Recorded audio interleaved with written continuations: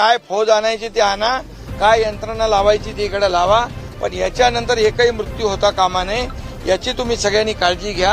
आणि त्याचबरोबर यामध्ये सगळ्यांचं एकच म्हणणं आहे की रात्री तर बिबटे ठीक आहेत, परंतु दिवसा सगळे बिबटे दिसायला लागलेत आणि त्यामुळे हा परिसर जो आहे हा बिबट्या मुक्त करण्याची मागणी गावकऱ्यांची आहे.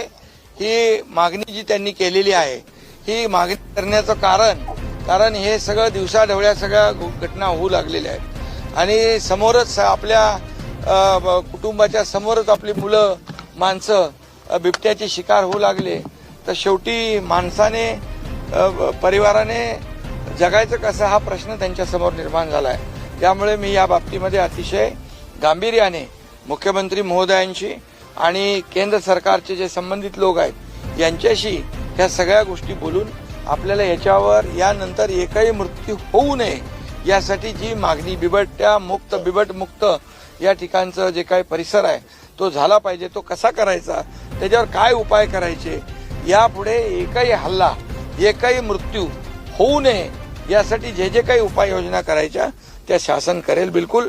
आणि त्यासाठी मी स्वतः यामध्ये लक्ष घालीन गांभीर्याने. आणि ज्या लोकांना आज हे दुःख भोगायला लागलंय त्यांच्या मागे देखील पाठीशी सरकार पूर्णपणे उभं राहील त्यांच्या मागे.